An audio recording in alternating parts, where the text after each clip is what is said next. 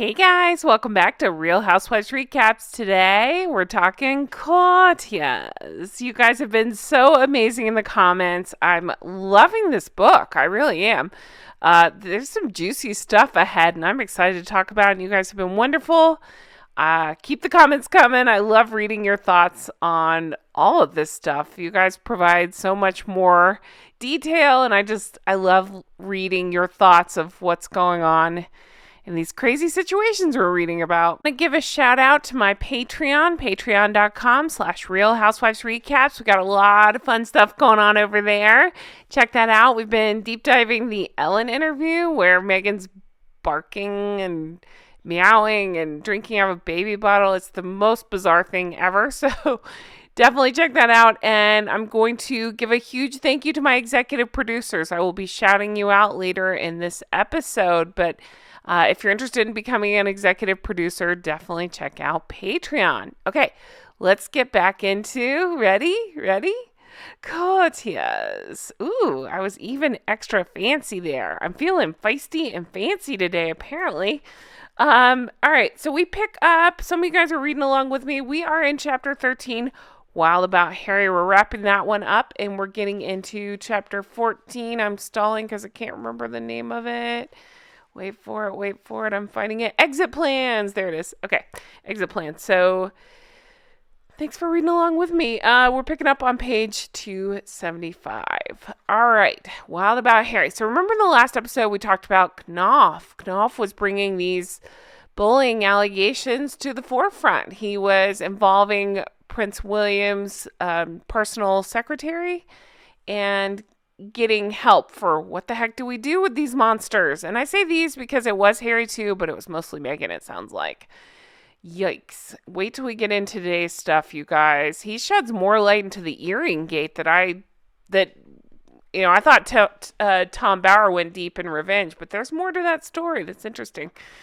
Okay, so we pick back up with Knopf. He had sent this email and was letting Simon Case know, hey, stuff's going on.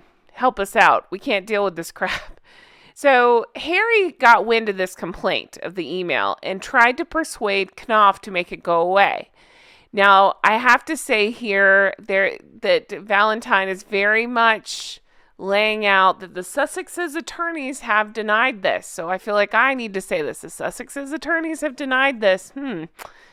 Wonder why. It couldn't be to clear themselves, no? Okay. Anyway, it was unclear whether Meghan had been told at this stage that the bullying allegations were being presented, but Harold knew, Harold of Harold and Fraud knew, so he was trying to make it go away. Remember, what Meghan wants, Meghan gets. One member of staff who was named by Knopf in this email was due to work with Meghan the next day. She was freaking out. She was worried that the complaint would be found out by Meghan and things would be even worse for the assistant. So instead of Meghan doing any kind of self-reflecting, like, oh, hey, people are talking about this, I'm being an awful person. No. Things would get worse for the assistant, right? Ugh. It's similar stories we've heard with some of these others, like allegedly Ellen and others, where just things get worse when things get brought up. Oh, God, it's just horrific. Oh, makes my stomach turn. I've heard a lot of you guys in the comments say you've worked with terrible people that made you feel like crap, and my heart goes out to you. Oh, I've been there, and it's the worst feeling. All right, on another occasion, there was confusion over arrangements for a London engagement where Meghan thought no media would be there, but there was a royal rota, and this sort of mishap just didn't go down well with Duchess Dumbass. Apparently, she would throw fits and take it out on anybody that was near her. One of her assistants is quoted as saying, I feel terrified. This is so ridiculous, I can't stop shaking. We've heard a lot of people talking about the way that Meghan would make them feel. They would burst into tears, they would be shaking, and these are reasonable adults who have had to put up with this crap because they want to further their careers. And I've had a lot of people explain in the comments that this is a coveted job, not working with them. But I'm saying working with the royal family, and it's, a great thing to put on your CV. So it's got to be hard. All I can think of is Devil Wears Prada. Remember, Andy's deal was if she stuck it out for a year with the devil, then she could find any job she wanted. So it sounds very similar. And it sounds like Maggie Poo may have known that. So she did her best to try to destroy everybody in her path, allegedly, right? Even before the wedding, the staff had been feeling the strain. One staffer who had been having a rough time told a colleague that they were considering resigning.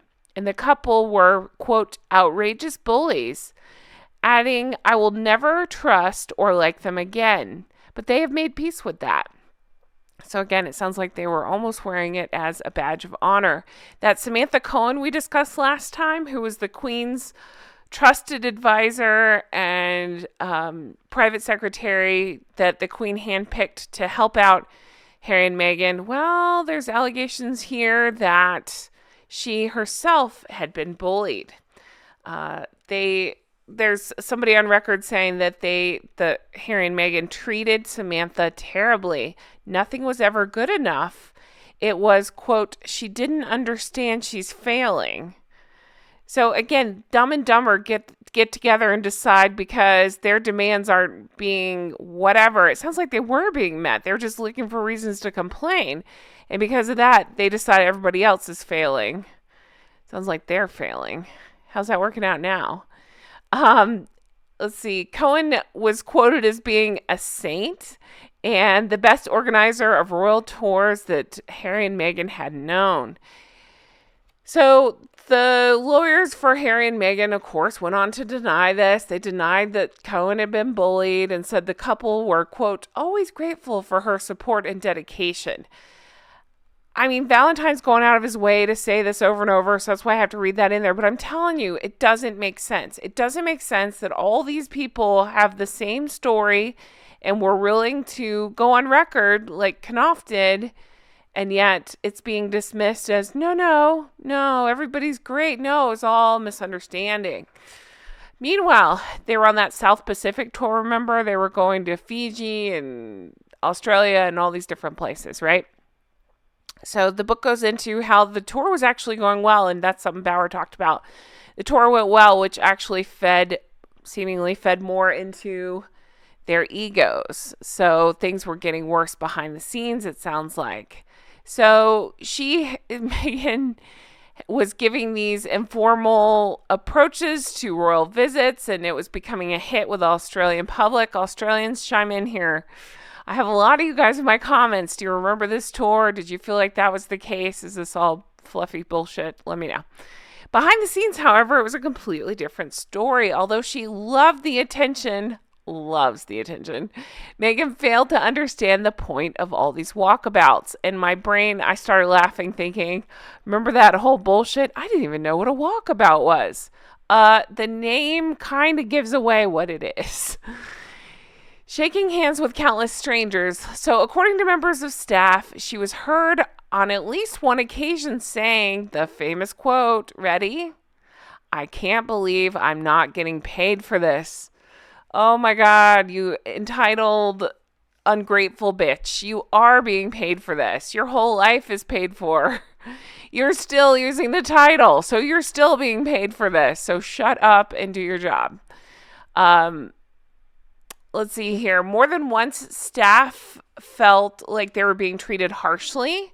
On the journey from Tonga to Sydney, Sam Cohen was said to have had a particularly horrid time of it. According to one source, Sam had been screamed at before the flight and during it. Nice, huh? Very cool. A great way to treat people, especially one of the Queen's chosen. And what's crazy to me is if you remember in the last episode, I talked about how Samantha knew Harry and was close with Harry and William. And this is how he decides to treat her, or even just observe his wife treating her, whatever. I fully blame him as well. He was part of it. He didn't stop it. And he knew about the allegations. So he did nothing to prevent it. So he's just as guilty as she is. After that, Samantha warned other staff to stay away from Harry and Meghan for the rest of the day. That evening, her colleagues tried to help her out and arrange matters so she didn't have to see Harry and Meghan any more than strictly necessary. It was just a horrible experience. there's a source on record, David Manning, who, according to everybody, was always a reassuring presence on the tours. He would say, quote, "You're dealing with a very difficult lady." That would be putting it mildly, I would say. You're dealing with a monster. Meanwhile, the staff was letting Jason Knopf know how things were going and giving him updates back in London.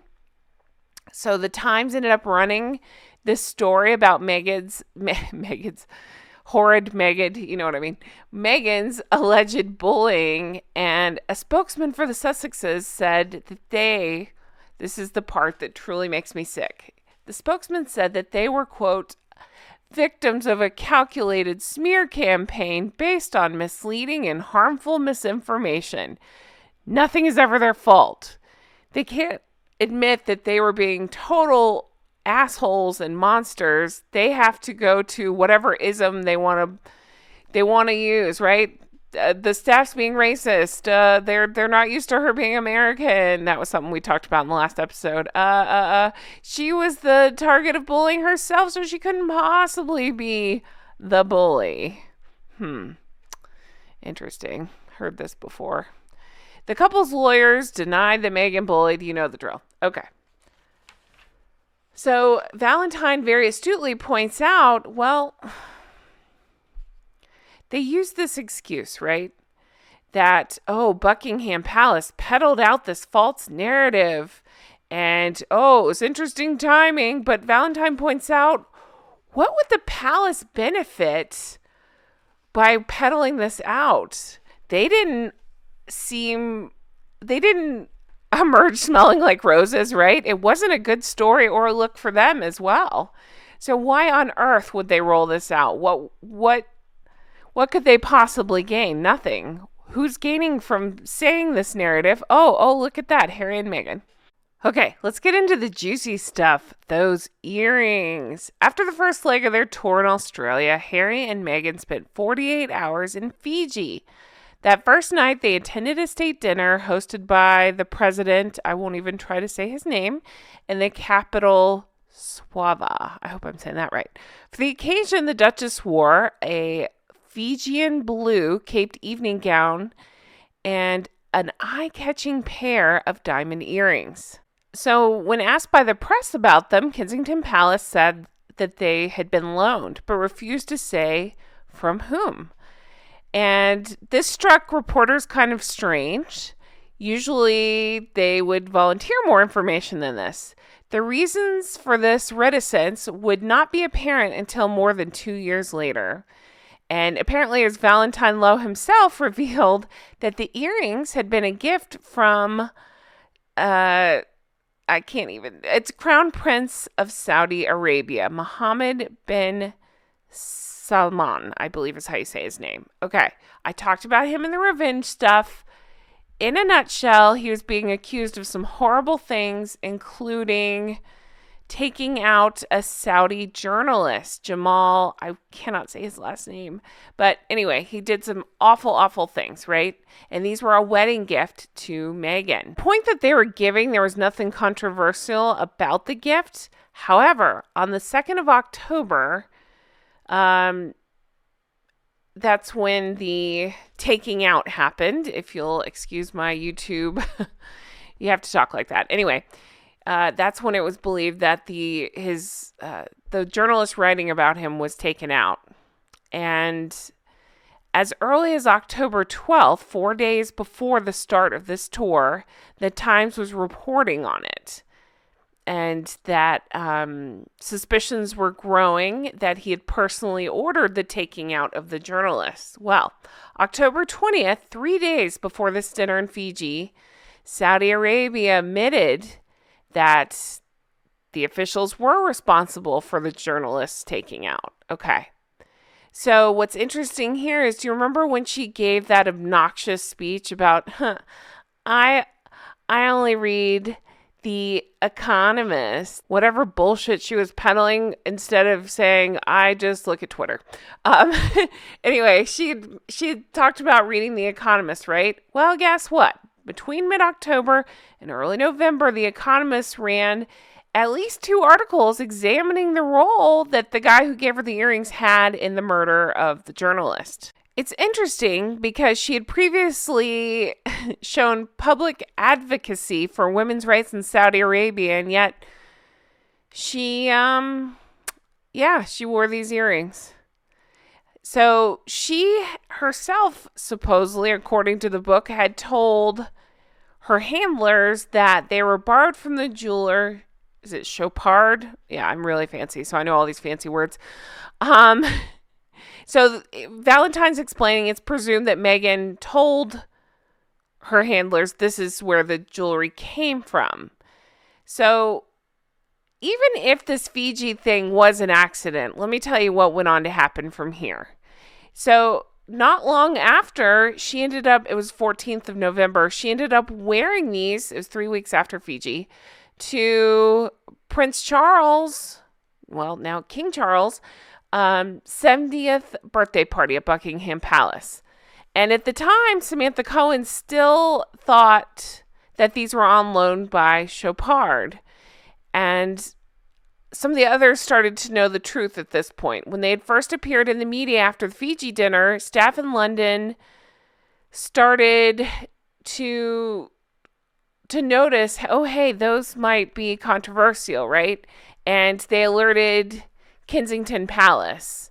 A source said, we made a decision not to confront Meghan and Harry on it out of fear what their reaction would be. So they were so scared of them at this point, they didn't even want to tell them, hey, you're wearing murdery diamonds. After the Duchess wore the earrings for a second time, right here at Charles's 70th, of course she did. Of course she wanted the attention at Charles's 70th. My God.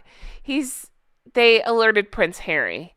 And according to the book, he is said to have looked, quote, shocked that people knew where the earrings came from. So I don't know, maybe he was in on it. Maybe he just didn't care. Maybe he's just as dumb as we all think he is. The Sussex's lawyer deny he was ever questioned about this because, of course, they do. The Duchess is certain, according to Valentine Low, a quote in the book, that she never said the earrings were borrowed from a jeweler. So her handlers just made that up. Who has more incentive to lie here? Methinks it's the Duchess. So they were a wedding gift for Meghan, and she thought she could just use them as she liked. She pretends, allegedly, not to know where they came from or why they would be controversial. But again, her lawyers claim that she had no idea about this. And yet she also had just said that she read The Economist, who had just run articles about why the guy who gave them to her was so controversial. All right. So right after that was that Fiji market. I've talked that to death, so it's hard to go back into that. But we talked about it. Remember, in a nutshell, she was supposed to spend 15 minutes at this market in Fiji talking to female vendors. However, she was just there for 8 minutes, and then the Duchess was, quote, rushed out. Kensington Palace press office immediately was sent into panic, and they claimed that the decision for her to leave was because of security fears. Well, Revenge kind of went into this, and so does Valentine, that it had more to do with the UN women. Remember, the story in Revenge went that she used to be involved with them when it would benefit her, but then when they wouldn't promote her to the role she wanted, she quit them abruptly and didn't even do the speech I believe she was supposed to do. It wouldn't have anything to do with them afterwards. So this market, these women supposedly had been preparing for this for weeks. They were very excited to meet her. It says they had prepared for the visit for 3 weeks. They were all supposed to meet her, and she left without even saying hello. Afterwards, a member of staff who Meghan spoke to at the market was seen sitting in an official car, tears streaming down her face. Apparently what happened, according to Valentine here, is that Meghan had told an aide, I can't believe I've been put in this situation. She would only go to this market if no UN Women branding was anywhere around. She didn't want anything to do with it because she's a petty bitch and that's how she rolls. So when she saw blue tops bearing the UN Women logo, she leaned over, whispered to a member of staff, and was immediately ushered out after that. The story got spun to having to do with crowd control, I believe it was. God, so many lies, right? So much.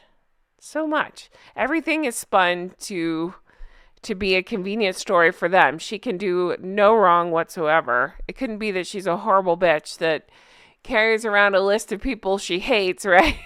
Or that supposedly wronged her. And she decided, well, they didn't promote me back in the day, so I'm not going to promote them now, whatever. So she found a reason to get out, and that was that. It was 2018 when she appeared to be less happy to be associated with them. And so that is believed that is what happened on this leg of the tour. She sounds like a total freaking nightmare. Oh, I felt for the staffers there. I'd heard that story that they'd been seen in the car crying. I tried to find a picture. I could not, unfortunately. But, oof, awful situation. She's the worst.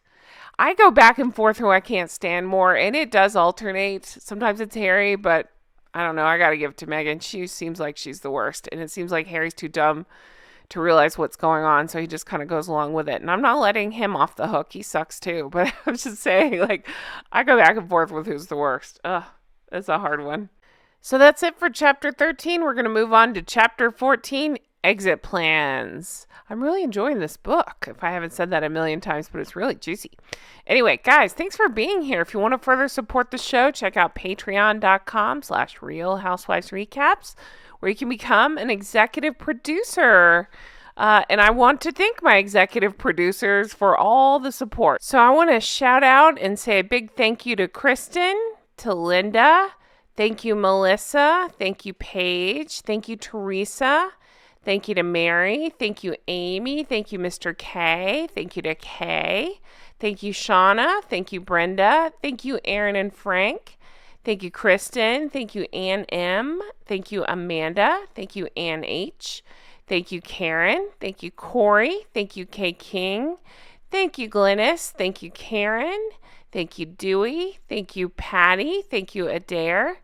Thank you, Erica. Thank you, Amber. Thank you, Annette. And thank you, Barb G. I really appreciate you. If you've signed up recently, I will get your name and a shout out coming up very soon. Thank you all so much for all the love and support. Thank you for being here. Make sure you're subscribed. I hope you have just the best day, and I can't wait to talk more about this book. Lots to talk about. All right, I will talk to you again soon. Take care. Bye-bye.